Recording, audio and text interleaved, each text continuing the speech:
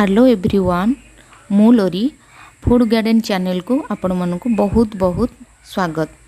चलतु आज गोटे माछर रेसिपी देखिबा जार ना होची माछ कालिया। मु केमिति भाबरे माछ कालिया करची आसंतु देखिबा। प्रथमे मु एठारे 600 ग्राम माछ नै जाईची। मु एठारे भाकुर माछ नैची, आपण चाहिले रोही माछ भी नै परिबे। एठारे हलदी लुण देकी को भल से मैरिनेट कर दउची।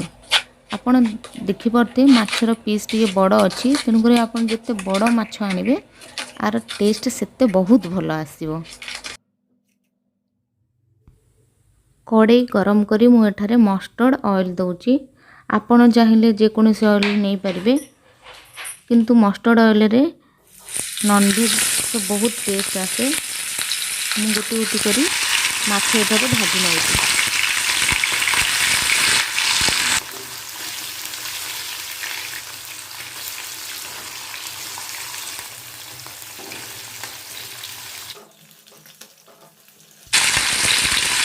पाँच रु 7 मिनट हो सारा पर मुझे मछटी ओल्टाई दूसरी। आउ गोटे साइड में भाजी नवा भल से अधिका कड़ा कर मछटी भाज।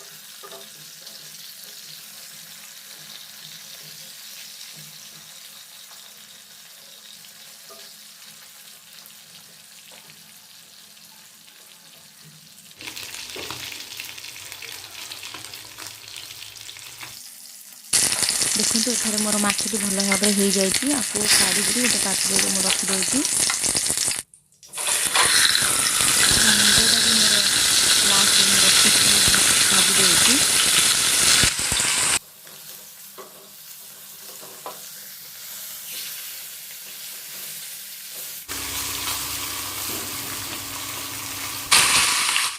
एठारे मु मसला पाई नहीं गोटे लार्ज टमाटो, गोटे बड़ ओनियन, अदा आउ रसुण आपको गोटे मिक्सचर जार रे पुराई भल कर ग्राइंडिंग करदबा।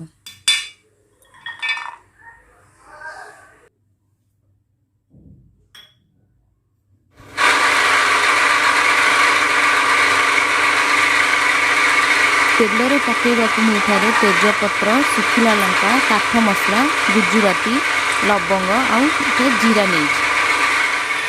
ड्राई मसला को सब आम गरम तेल रे पकई किछि सेकेंड पाई भाजी नवा।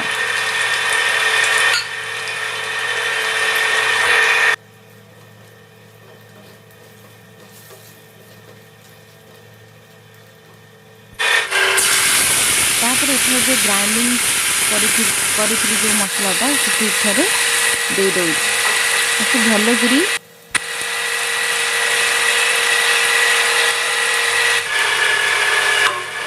मसला को एठारे मु भल करी कषुची, कारण जेपरिकी मसलार कंचा स्मेलटा रहिबनी। 5 रु 7 मिनट मु स्लो मीडियम फ्लेम रे कुक करूची। ड्राई मसला पाई मु एठारे नेची Kashmir red chilli powder, salt, turmeric powder, कस्तूरी मेथी, जीरा पाउडर आउ कोरिएंडर पाउडर आपको पकाई मु भल भाव रे गोलाई दउची।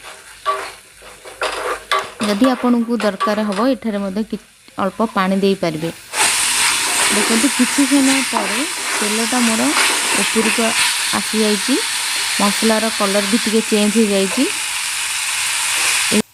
मो मसला तो बहुत भल भाव हो जाइए, तेणुक मुझे पानी दे देती।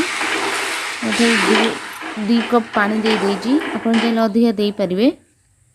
पानी दे सारापर मुझे अल्प चीनी नहीं। और चीनीटा टिके तरकारी टेस्ट को बालांस करि परिबो। तरकारी फुटिबा आरंभ कले मु एथरे गोटी गोटी करी माछ को दे देबी।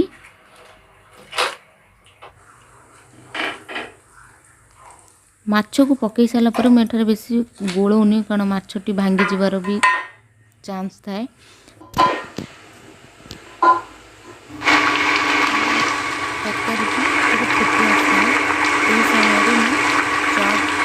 धनिया पत्र पकई दउची।